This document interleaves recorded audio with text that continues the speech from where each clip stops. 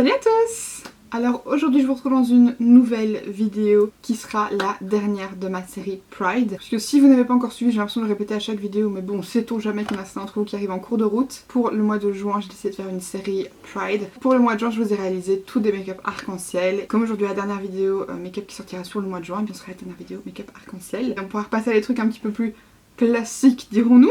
Et j'ai reçu une nouvelle palette qui va tomber juste à pic du coup pour cette vidéo, puisqu'il s'agit de la pastel de chez Beauty Bay. Quand je l'ai vue j'ai trop craqué et du coup je l'ai commandé. Le packaging est beaucoup trop joli. Et alors à l'intérieur elle se présente comme ceci. On a basiquement un arc-en-ciel pastel. Je la trouve très très belle. J'ai l'impression qu'elle sort un peu plus pâle en caméra que ce qu'elle est en vrai, mais peut-être que c'est une impression. Très jolie palette, elle contient 8 fards, elle coûtait 12 €. Le packaging est juste magnifique. Vous avez un miroir et alors l'intérieur est un petit peu blanc avec des petites paillettes holographiques. C'est super joli, franchement j'adore. Donc voilà, on va tester ça aujourd'hui. Ça permettra en même temps de faire une première impression de ceci. Et on va également tester 2-3 autres produits puisque j'ai des petites nouveautés, notamment les bases Cut Crease Canvas de chez Makeup Revolution. Ça fait hyper longtemps que je voulais tester. Et d'ailleurs c'est ce dont je me suis servi pour nettoyer dessous mon sourcil. Je trouve ça vachement mignon. Maintenant aujourd'hui c'était vachement bien réussi. J'ai pas eu trop à corriger. Donc je vous en reparlerai une fois que j'aurai vraiment bien pu tester ça. Mais du coup aujourd'hui j'ai testé la Illustrate Fair, qui est du coup celle qui est teinte char mais un petit peu plus claire. Je pensais qu'elle serait de la même couleur que mon Shade Tape. Mais si je vous les mets l'un à côté de l'autre, je pense que vous pourrez voir qu'il est quand même beaucoup plus clair. Mais honnêtement j'avais trop peur de prendre la teinte au-dessus et que ce soit trop foncé. Et j'ai également pris la teinte Hello White,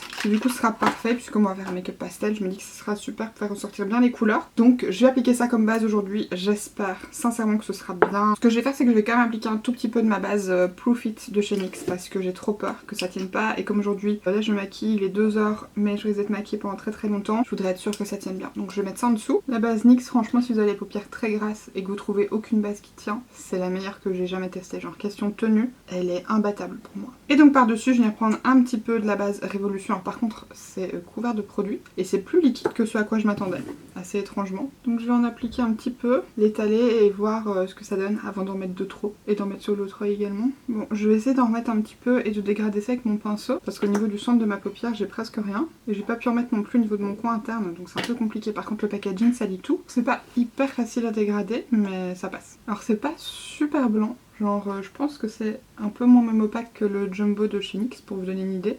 Mais ça me semble pas trop mal. Par contre j'ai l'impression que c'est pour de matière qui va bouger. Donc j'ai bien fait de mettre mon autre base en dessous. Pour poudrer mon dessous de sourcil, je viens reprendre la palette Turn Up The Light de chez Too Faced. Et la teinte centrale qui est la Soft Focus. Je pense que vous connaissez, c'est ma routine habituelle. Et ça va m'être assez utile parce que comme la base est un petit peu collante, je pense que ce sera vraiment mieux. En fait au final je trouve qu'il n'y a pas une grosse différence entre la base couleur chair claire et le blanc. C'est ça qui est un peu décevant.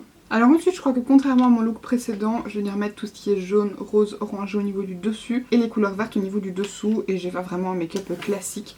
Pas de cut crease, pas de liner cette fois-ci, vraiment un simple smokey on va dire. Pour faire ça je viens me servir de mon pinceau numéro 16 de chez NYX. Et je vais commencer avec la teinte First Light qui est la jaune. Et bien ma foi c'est pas trop mal, hein. C'est pas mal pigmenté. Pour un jaune pastel franchement.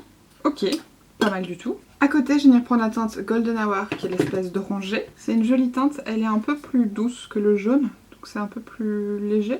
Et écoutez, en superposition, ça passe bien parce que forcément je les estompe ensemble. Et le orange arrive à prendre un peu par-dessus le jaune, donc ça c'est bien. J'ai peur par contre que vous ne voyez pas du tout cette couleur en caméra, parce que c'est quand même assez proche de ma couleur de peau. Ensuite je vais venir prendre la teinte rose, vraiment rosée, donc pas le rose violet mais le rose rose qui s'appelle Love Sick, que je viens mettre presque sur toute la dernière partie. Donc je mets ça presque jusqu'au coin externe, je laisse un tout petit peu de place. Pour terminer ma paupière supérieure, je viens reprendre la teinte Euphoria qui est juste ici, qui est du coup le violet parme un peu rosé. J'aurais aussi pu mettre celui-ci qui est le Daydream, mais en fait je préfère mettre celui-là au-dessus et le Daydream en dessous, je trouve que ça ira mieux avec les bleus. Alors les fards sont un peu poudreux mais franchement rien d'horrible, j'en ai déjà connu des bien plus poudreux que ça. Et les teintes sont vraiment pas mal, en sachant que j'ai tout fait avec le même pinceau estompeur. Enfin, je dirais que je suis pas revenue avec un pinceau plat sous la paupière ni rien, je les ai pas appliqués humides.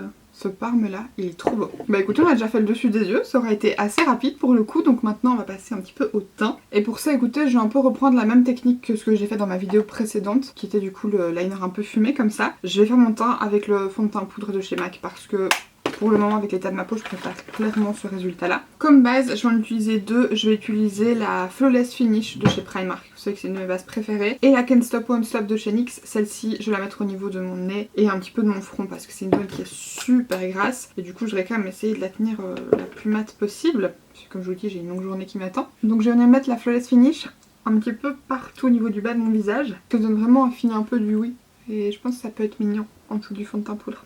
Je vais quand même mettre un tout petit peu de la base Flawless Finish au niveau de mon front parce que la base NYX elle est quand même très sèche. Et du coup ça va peut-être me permettre d'un petit peu hydrater en dessous de cette base là. Pour quand même pas que ça fasse un effet trop cakey. Maintenant l'avantage c'est qu'avec la poudre ça fait un super joli effet sur la peau je trouve. Et donc du coup ensuite la Can't Stop One Stop, c'est une base que plein de gens n'aiment pas. Elle est très épaisse donc vous devez vraiment appuyer sur le tube pour qu'elle sorte. Mais en fait moi je trouve qu'elle est trop bien.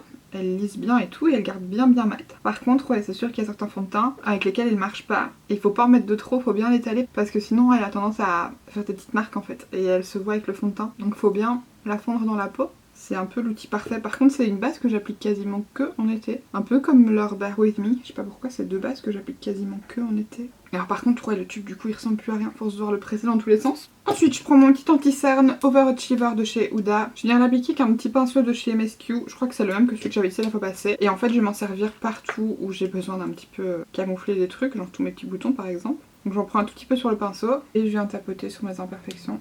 Je fais ça avec celui-là parce qu'il camoufle bien et la couleur est pas trop différente de ma peau. Donc quand je remets le fond de teint poudre par dessus ça se voit pas. Et alors le petit pinceau un peu plus épais comme ça c'est le EOS Studio, le F30. Il est super bien pour appliquer l'anti-cerne et tout, j'utilise tout le temps ça en ce moment. Comme la fois passée j'en applique un petit peu au niveau du dessous de mes yeux. Et alors comme d'hab je prends un petit peu de mon Shape Tape de chez Tarte pour terminer de camoufler mes cernes. Et alors pareil je vous dis toujours, on dirait que j'en mets qu'un seul mais en vrai je mets juste avec un tout petit peu d'applicateur essoré donc il n'y a pas grand chose comme matière. Pour venir fixer mon anti-cerne je vais venir prendre la poudre Laura Mercier parce que j'applique pas directement par dessus le fond de teint en poudre sinon ça va être vraiment trop épais. Et surtout les produits poudre compacts je trouve pas que ça fixe vraiment bien. Donc j'apprends avec le petit pinceau F19 de chez EOS Studio. Et donc sur le reste de mon visage, mon petit pinceau numéro 37 de chez NYX et la poudre Studio Fix que moi je suis en teinte NC25.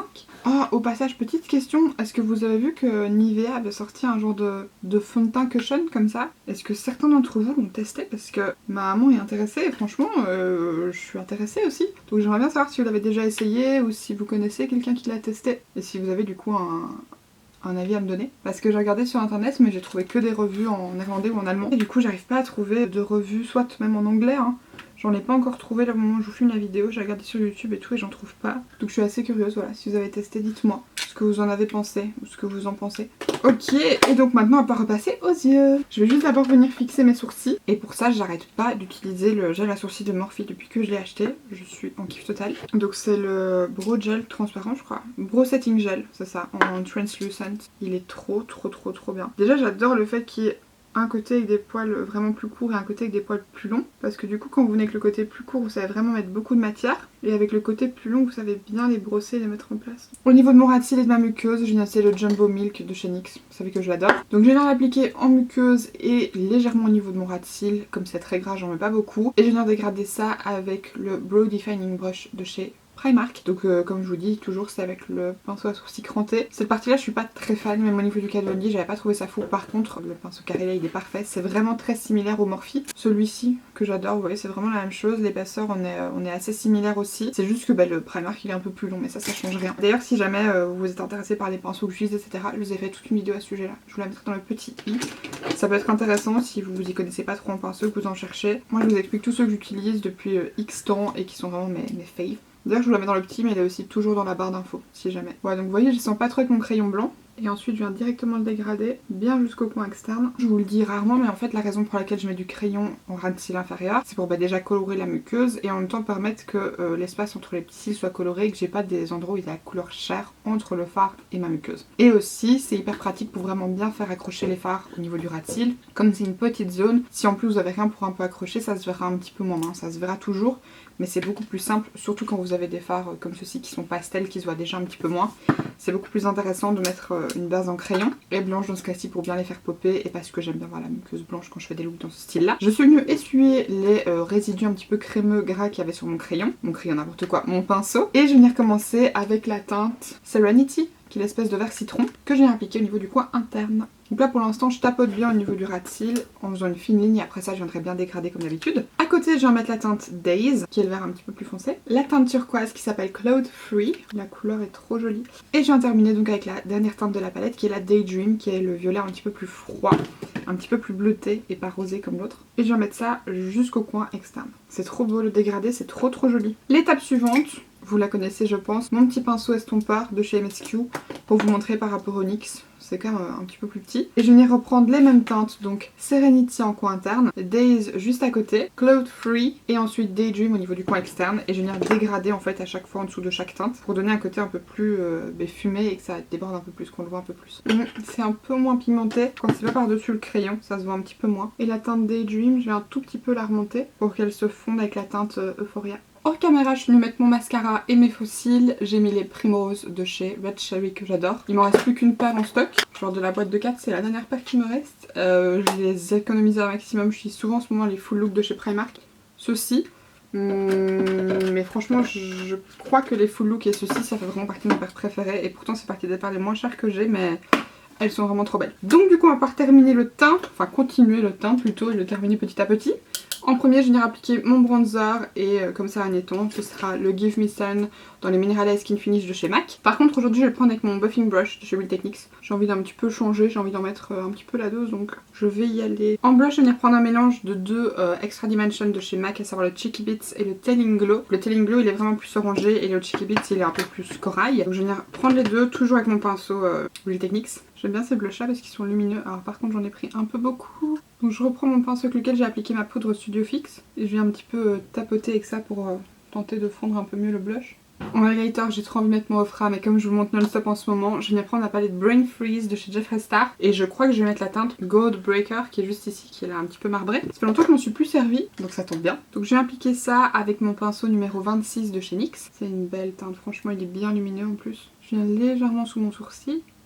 Et je vais venir prendre la même teinte, mais sur un petit detail shader de chez Jessup pour l'appliquer dans mon coin interne. Ensuite, pour fixer tout ça, je vais mettre un petit peu d'abord du Resting Boss Face de chez Huda pour garder le côté un peu bien mat et bien fixé parce que pour le coup celui-là je trouve qu'il tient bien sur la tenue.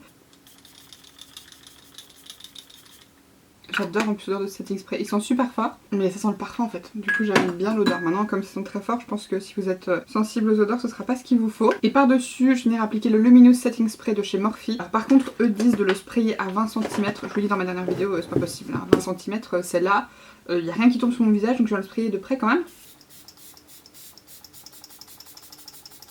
Celui-là aussi sent très bon. Pour mes lèvres, j'avais envie de faire le même combo que la fois passée. Mais je me suis dit, Bérénice, switch un peu. Je vais venir toujours prendre un Patents Lip Polish de chez MAC. Mais cette fois-ci, je viens prendre la teinte Spontaneous. Qui est du coup celle-ci rosée. Pareil, c'est une super jolie teinte. C'est de nouveau assez discret en fait. C'est pas trop intense, trop rosé. Et du coup, je vais venir tracer le contour et les commissures de mes lèvres avec le Lip Liner Pencil de chez Primark en teinte Velvet Touch. Et voilà du coup pour le look final du make-up, le dernier de ma série Pride. J'espère sincèrement qu'il vous aura plu. Pour faire un petit récapitulatif sur les produits, les bases, écoutez, ça m'a l'air pas trop mal. J'attends quand même de retester pour vous en dire un petit peu plus. Je trouve quand même que c'est vachement cher. Maintenant, il y a beaucoup de produits dedans parce qu'il y a quand même 4,5 ml.